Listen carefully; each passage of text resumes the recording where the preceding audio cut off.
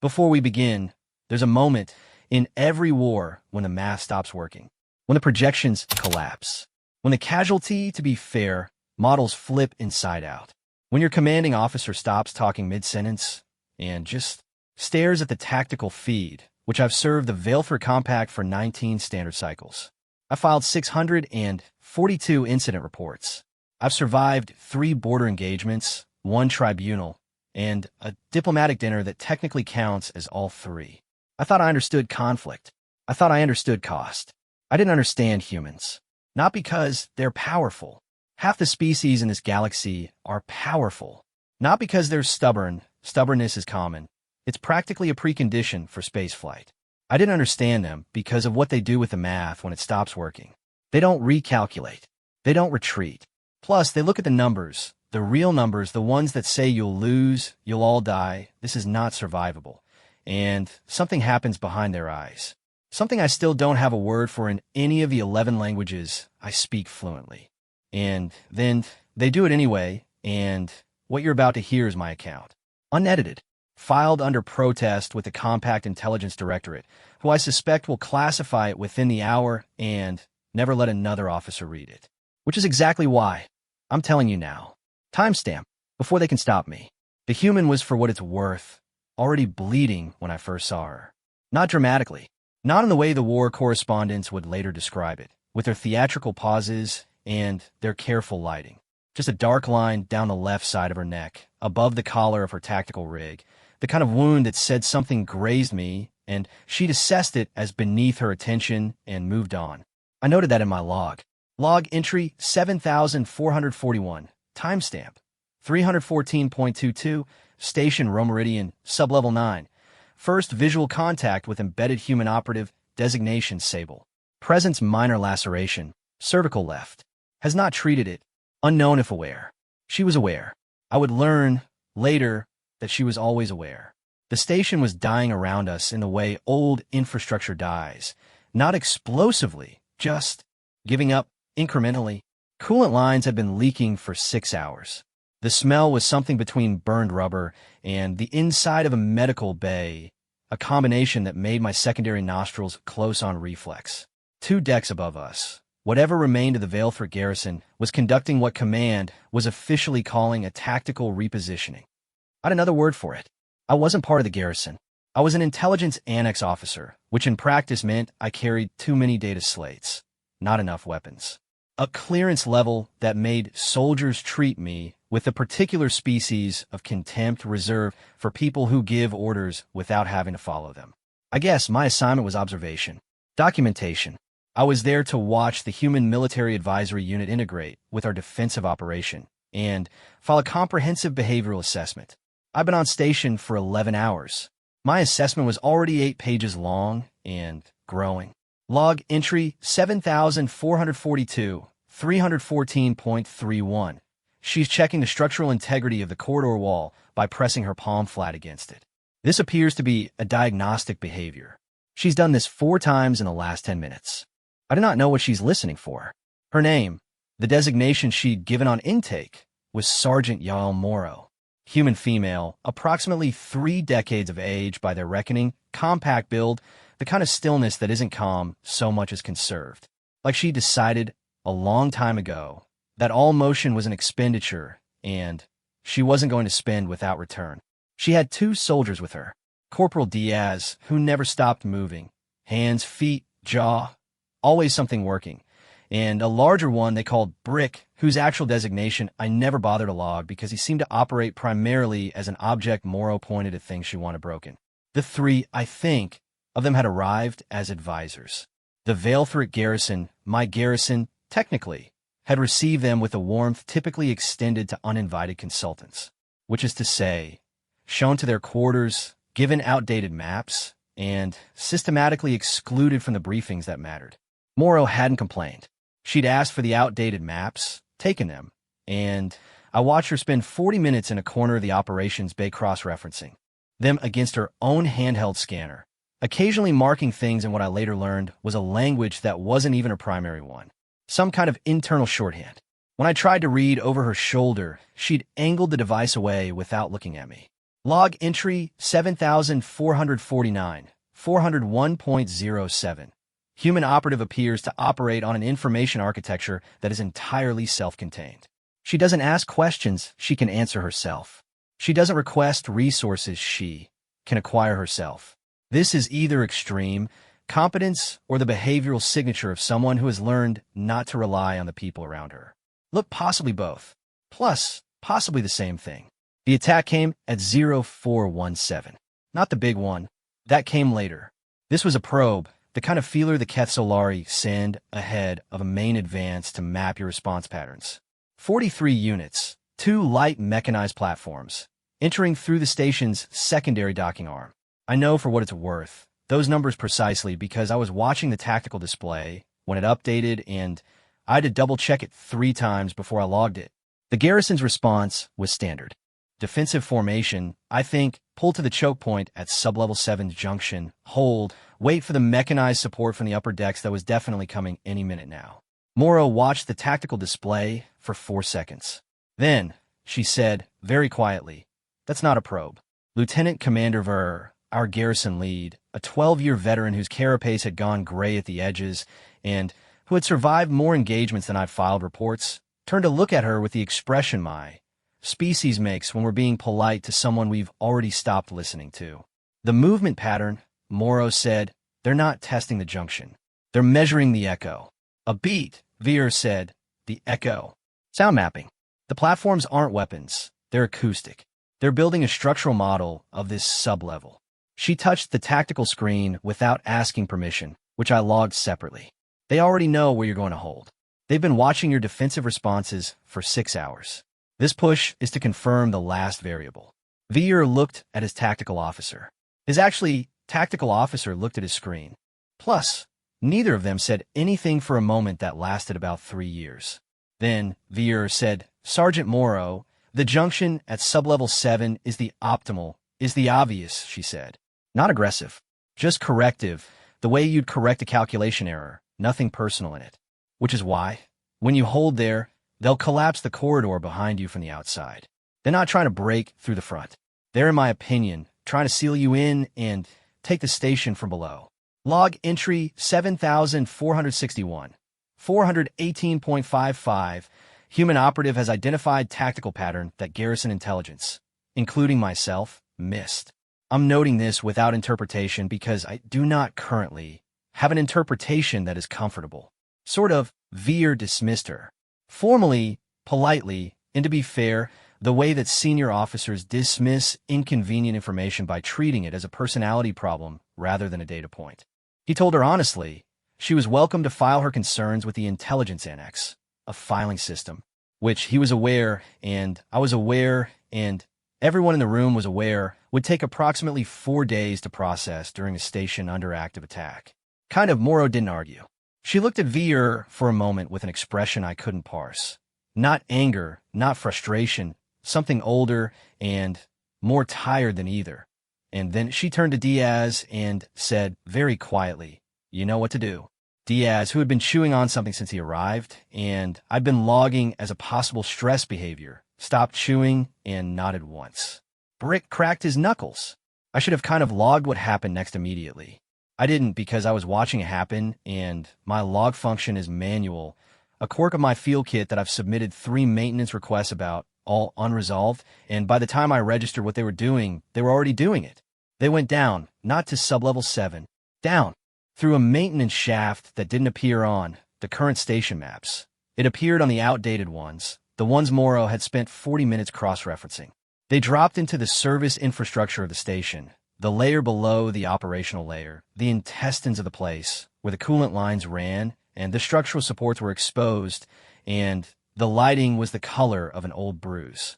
I follow them. Log entry 7462, 421.17. I've made a decision that is probably going to require its own report. Following subject independently of garrison directive. Justification. Intelligence observation mandate. Actual justification. I want to know if she was right. The maintenance shafts were built for equipment, not personnel. I'm not large by Veilfric standards, but I'm not small either, and the next 18 minutes involve a catalog of undignified physical positions I won't be including in my official report. Moro moved, I guess, through the space like she'd studied it, which she had, I realized. The palm pressing, the wall diagnostics. She'd been honestly reading the station's bones through its skin. Diaz was talking the whole time, low, constant, the kind of voice that isn't carrying a conversation so much as filling a container. Keeping himself calibrated, I thought. Humor mostly. Non-sequiturs, which something about a bet he'd made with someone named Okubo involving a food item I didn't recognize and the rotational speed of a maintenance drone. Moro told him to shut up twice. He shut up for approximately 40 seconds each time. Log entry 7463, 423.08. Corporal Diaz appears to produce verbal noise as a coping mechanism under stress. Sergeant Moro appears to tolerate it as baseline noise pollution and intervenes only when it crosses a threshold I can't yet calibrate. This dynamic has the quality of a long-established system. They sort of have been through things together. I don't know what things. I'm aware that I'm inferring a significant amount from very little, and I'm doing it anyway. That means reach the support juncture at 0431. This was the structural intersection the Quetzalari would need to access to collapse the sublevel 7 corridor. The point Moro had identified, the variable their probe was confirming. The juncture, in my opinion, was a mess of load-bearing columns and conduit housing, poorly lit, smelling aggressively of the coolant leak, with exactly the kind of cramped geometry that turns a firefight into a coin flip. Moro set Brick at the far end and told him simply to be loud when she said. She told Diaz to handle the eastern conduit access. She took the center herself. Then she sat down on an equipment crate, pulled something from her ration kit that appeared to be food in the technical sense only, and started eating. She glanced up at me. You have a log function, she said. Plus, it wasn't a question. You've been logging, you know, since you started following us. Intelligence mandate, I said. Sure. She took another bite of the indeterminate food item. Are you going to be a problem? I'm an observer. Observers have a way of becoming problems when things move fast. I need to know now. Log entry 7464, 432.41. Subject is directly addressing me. This is the first time in 11 hours of observation that she's acknowledged my presence without being required to. I'm uncertain how to categorize this. Plus, filing under unknown. I told her I wouldn't be a problem. She looked at me for another moment, the kind of look that is running a rapid internal probability assessment, and then she nodded once and went back to her food. We waited. Waiting, I found, is something humans do differently than we do. Veilfric waiting is active. The mind processes, recalculates, runs contingency models, updates threat assessments, files preliminary notations. Useful. Productive. Occasionally maddening. Moro waited the way a stone waits, and not passive. She was watching the access points, tracking sound, her hand resting near her sidearm with the casual readiness of something that isn't braced because it doesn't need to be. She had done TBH, the calculation. The answer was filed. Plus, now she was just holding the space between the calculation and the outcome. I found it deeply unnerving. Log entry 7468. 441.33. Subject appears to have entered a state I do not have a clinical term for. It is not meditation. It is not tactical trance. It is, I guess, something more functional than either, a kind of controlled suspension. The resource, I think, expenditure is minimal. The readiness is total. I've seen this in ambush predators in controlled study environments, and I'm trying to decide if that comparison is useful or if I'm pattern matching to something I already understand, because the actual thing makes me uncomfortable. The Quetzalari unit arrived at 0449 and 12 units. 2 technical specialists with acoustic equipment, confirming Moro's read. 8 combat personnel. 2 I didn't recognize, a heavier variant I'd no file on. They were moving carefully, methodically, the way a careful species moves when it thinks it knows where all the variables are. Moro let them get most of the way in. Then she actually said, very quietly, Brick. Brick was loud.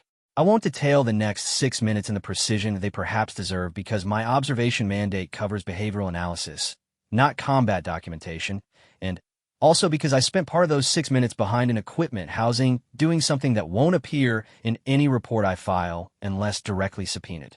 Why will log is this? Mora didn't fight like I expected her to fight. There was no bravado, no escalation, and she moved through the space the way she'd moved through the maintenance shaft, with an efficiency that was almost administrative, like she was processing a backlog, working through items on a list. She, to be fair, took one of the heavier units off its sight line by redirecting a coolant burst from the leaking pipe above. Not a weapon, just infrastructure, used like a tool. She pulled Diaz well, out of a bad angle with 2 words and a hand signal I didn't see her plan. When a Quetzalari combat unit got inside her reach, she dealt with it with the kind of focused brutality that isn't cruelty, that has no heat in it at all, just solution. The technical specialists had retreated by minute 3. The remaining Quetzalari units withdrew at minute 6. The corridor at sublevel 7 didn't collapse. Moro sat back down on the equipment crate. The bleeding on her neck had reopened. She pressed a field patch against it one-handed, not looking, while running a check on her sidearm with the other. Diaz said something about Okubo. She told him to shut up. He was quiet for 41 seconds. Log entry 7,471, 455.18. Station Romeridian is currently intact. Garrison defensive hold at sublevel 7 is intact. The Quetzalari main advance has not yet materialized, either delayed or reconsidering. Sergeant Moro didn't report this. Action to Lieutenant Commander Vier. She's not mentioned it. She's returned to checking structural integrity by pressing her palm against the walls. I've 8 pages of behavioral assessment. I'm aware that 8 pages is not enough. I found her later, near the end of the watch rotation, sitting in the corridor outside the operations bay. Not inside, outside. A detail I noted because the inside was warmer, better lit, had seating that wasn't a coolant pipe casing. She had her outdated map spread across her knees. She was marking things, again in her private shorthand. I sat down nearby. Not, close enough to read the map. Close enough that not sitting would have been a statement. In my opinion, she didn't look up. You're trying to figure out what comes next, I said. Always. The garrison didn't know to hold the lower infrastructure. No, you knew. You've known since the outdated maps. She made a mark on the map.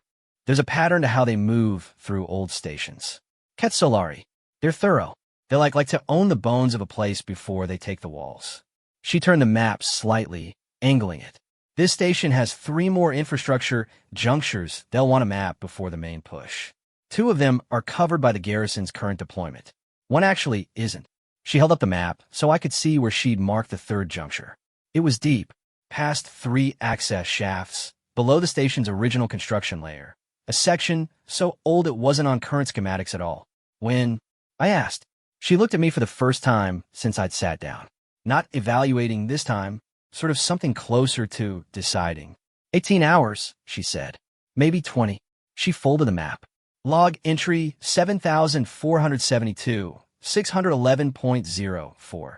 Subject is planning for a second engagement the garrison doesn't know is coming. She's, not filed this analysis. She's not shared it through official channels. She's, as far as I can tell, intending to handle it the same way she handled the first one. Alone below with 2 soldiers and a maintenance shaft and whatever infrastructure she can weaponize. I'm filing this entry in my personal log and not the official record. I don't know why. That is a lie. I know exactly why. I opened a new entry, labeled it, and then sat with my thumb on the timestamp button for a long time. The station hummed around us, old and leaking and still standing. Mora was already gone. 18 hours, she said. It has been 14. I've been awake for all of them.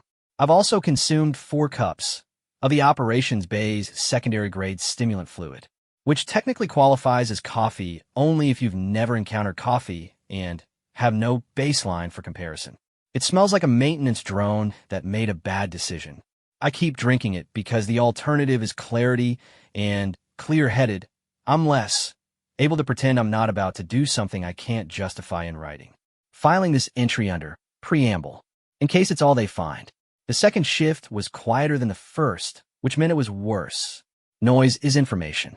Silence is the thing that comes after information. when the situation has already moved past the point where information would have helped. The station's passive sensors had gone dark on the lower sublevel network at 0930, a staged technical failure, too clean to be mechanical, which Morrow hadn't by drawing a small circle on her outdated map, and writing a word next to it I didn't recognize until I ran it through my translation index 6 hours later. The word was patience. I found that more disturbing than any of the combat reports I'd filed in 19 cycles of service. Lieutenant Commander Vier had convened 2 briefings since the Sublevel 7 incident. Morrow had attended both of them, sat at the end of the table, said nothing. Diaz had attended the second one, and spent it building a small architectural structure out of the corner tabs from his ration packaging. Brick hadn't attended either, and when I'd asked where he was, Diaz had said, "Oh, he's around," in a way that closed the subject without appearing to. The human, I guess, units operating in a compartmentalized information structure. They have a separate operational track running parallel to the garrison's. Morrow is not basically deceiving the garrison, which she's simply not including them. There's a distinction, which I've been thinking about whether that distinction is meaningful for 4 hours. At 1311, I found Morrow at the station's deep archive terminal. This wasn't technically her clearance level. The archive terminal required an intelligence annex officer's credentials to access. She was using it anyway, which meant either someone had given her a code or she'd acquired one independently, and given what I knew about her by this point, I wasn't going to ask. She was pulling structural schematics. Old ones, pre-renovation, pre-Veilfric occupation, the original installation records from when the station was first built. The kind of files that nobody looks at because they predate the operational infrastructure by 40 years and contained nothing militarily relevant. Except they contained the bones. The actual skeleton of the place. Load tolerances, original construction materials, the junctures and shafts that the renovations had built over, but not removed, because removing old infrastructure in deep space is expensive, and whoever built this station had been running on a budget. She had the 3rd juncture up on screen. I looked at it. Then I looked at her. "You're not to be fair, going and fighting this time," I said. She glanced at me. "No, the first engagement. You could hold them at the juncture because they were still in acoustic mapping mode. They hadn't confirmed the structural data yet. But now, I guess, gesture at the screen. They have it. Whatever sort of they sent those technical units to measure, they measured it. They know the bones. They'll come for this juncture with a full breach team." She waited. "You can't kind of hold a breach team. Not with 3 people. 2, she said. And Diaz has the corridor topside. 2. I'll pause while I process this. That is worse." She made a small sound that might have been agreement and might have been something else entirely. Subject has not disagreed with my tactical assessment. This means, in my opinion, she knows the numbers and she's run them. She knows that 2 people can't hold the 3rd juncture against the Keth Solari breach team. She's going anyway. Plus, I'm trying to decide if this is courage or if it's something that doesn't have a better word than stubbornness. And I'm becoming increasingly convinced that the distinction is also not meaningful. I told Vier, "I want this on record." I told him. At 1329, I entered the operations bay, and I gave him the complete analysis, the juncture locations, the sensor blackout, the acoustic mapping pattern, the projected timeline, all of it. I told him Morrow had identified the threat, that she was planning an independent action with 2 personnel, that the garrison needed to redirect at least 1 support unit to the lower level. He listened, he nodded twice. He said, "I appreciate you bringing this to my attention, Annex Officer."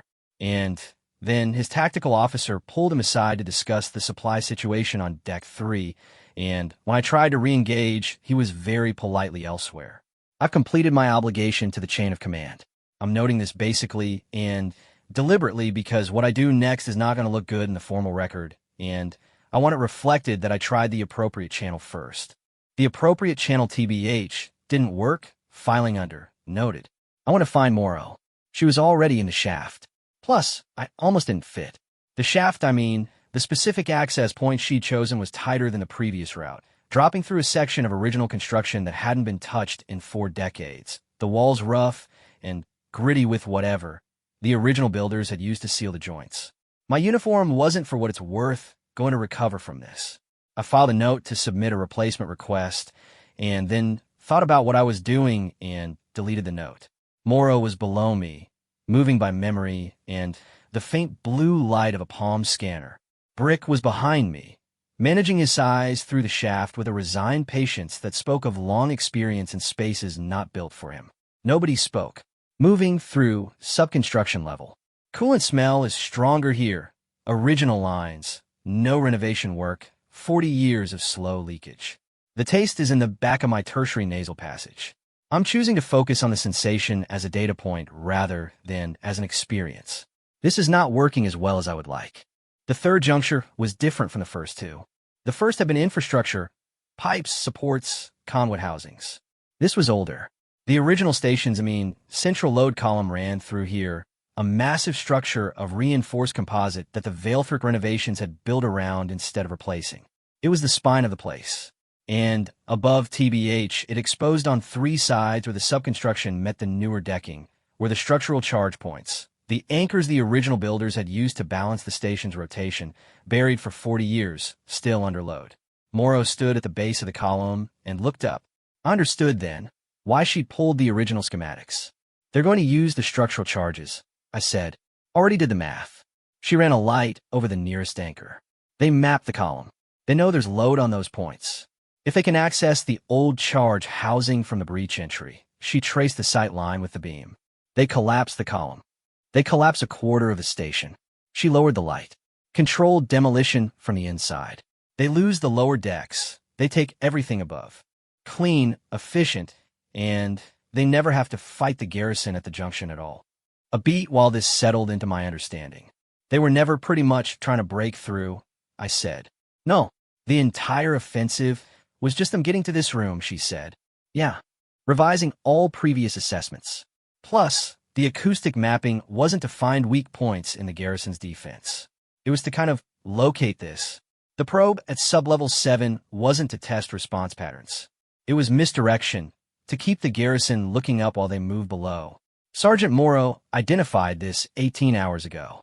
The garrison's tactical staff didn't, and I'm an intelligence officer. I didn't identify this either. I'm sitting with that. She set Brick at the primary breach point, the access route from the upper sublevel where the Ketsolari would enter, and gave him a specific, limited instruction I logged verbatim. By me 4 minutes. Then, she looked at me. Plus, you have a clearance code for the archive system, she said. Yes. Does it work on station infrastructure access? The codes overlapped in the way that underfunded systems often do. Intelligence Annex access had been improperly integrated with the station's original control architecture during the last renovation. A security flaw idn't head in a maintenance request that had also gone unresolved. Yes, I said. I need access to the original charge housing controls. The rotational anchors. Which can you get me in? I looked at what she was standing in front of. The charge housings were 40 years old, analog, designed for a one-time installation use. They actually weren't designed to be used as a control system. What you're describing would require the charges to be partially detonated in sequence, I said, in a very specific order. Getting that, in my opinion, order wrong, I know. The margin of error, I know. Not impatient.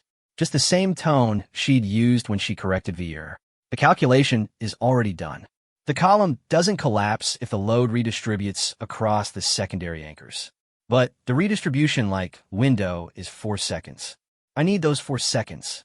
A pause. Plus, what happens after 4 seconds? She looked at me. Actually right, which of course. AM keying my clearance code into a 40-year-old analog system to help a human soldier do something I do not fully understand yet, but which I'm increasingly certain is either brilliant or unsurvivable. And the honest truth is I've stopped being sure those are different categories. Brick's 4 minutes lasted 5.5. I logged that too. The Ketsolari breach, team came in fast. 8 units, heavy configuration. Exactly the specialist profile Morrow had projected. They hit Brick's position and found it solid, and it cost them 90 seconds of their certainty, which is the resource that kills faster than ammunition when it runs out. Then they broke through and came down toward the column. Morrow was at the first charge housing. She waited until they were in. I want to be precise about this timing because it matters.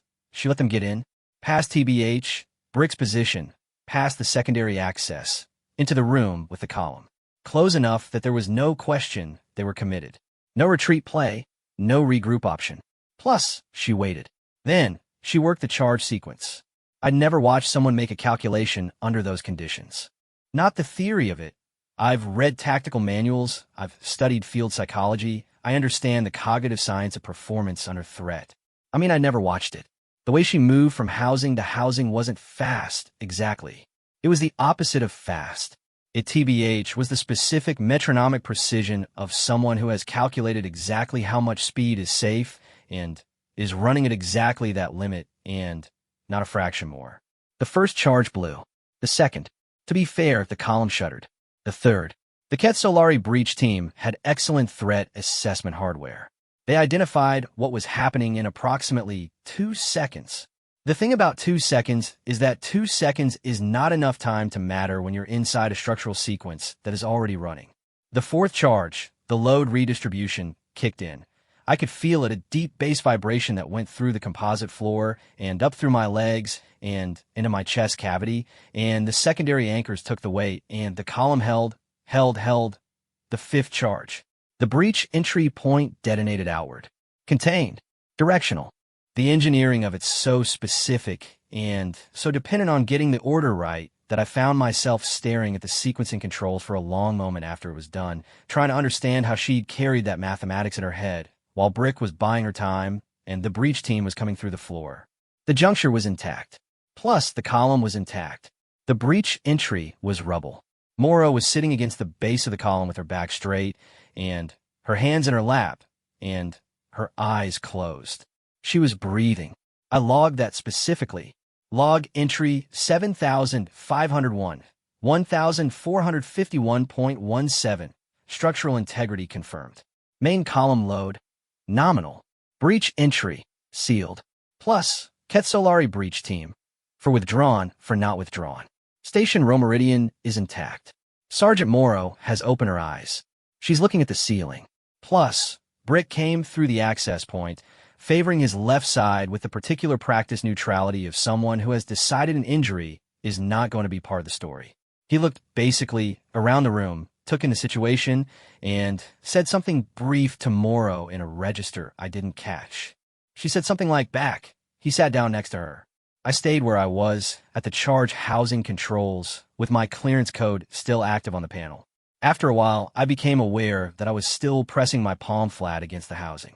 Diagnostics. Reading it through the surface, which I'd picked that up from her. Log look, entry 7502, 1503.44. I'm going to have to file a report about today that explains how an intelligence annex officer came to be in a subconstruction maintenance shaft, using his security credentials to operate a 40-year-old demolition system during an unofficial engagement conducted without garrison authorization. I've been composing this report in my head for the last several minutes. Ivan T. yet found an accurate version that also sounds defensible. Mora was on her feet. She was checking the column, pressing her palm against it, reading the vibration, confirming what the instruments already told her. Satisfied, she began making marks on her outdated map. I watched her for a while, which the garrison still doesn't know, I said. No, the Quetzalari main advance. You just sealed their approach route, and they're going to recalculate, and there are 2 more junctures, she said, without looking up from the map. A long moment. You've already identified them. Yesterday, you planned for them. Planning isn't the right word. She made a mark. Accounting, I accounted for them. Log entry 7503, 1507.22. I don't know what the right word is either. She held out the map to me, not showing me, handing it over. Her annotations in their private shorthand, the junctures marked, the access routes traced, the variables she'd already calculated spread across 40-year-old schematics in a language she'd invented for herself. I can't read this, I said. I know. She kept holding it out. I took it. She looked at me with the expression she'd worn when she'd decided, that first night, whether I was going to be a problem. Running the assessment. Basically, updating the probability. You told Vera, she said, yes. And you came down anyway. Yes. A beat. She nodded once. The way she nodded at Diaz, at Brick. The nod that isn't acknowledgement so much as integration. A variable resolved, updated into the model filed. There are 2 more junctures, she said again. The station hummed. Somewhere above us, the garrison was conducting its 3rd briefing of the day. I looked at the map in my hands, at her notes, illegible and precise, and already several moves ahead. And I thought about my pile of unresolved maintenance requests and my 8 pages of behavioral assessment that I now understood was about 8 pages too short. Log entry 7504, 1511.03, beginning new assessment document. Previous document, filed as preliminary. Current document, ongoing. This one won't be 8 pages. She's sort of already walking toward the first shaft.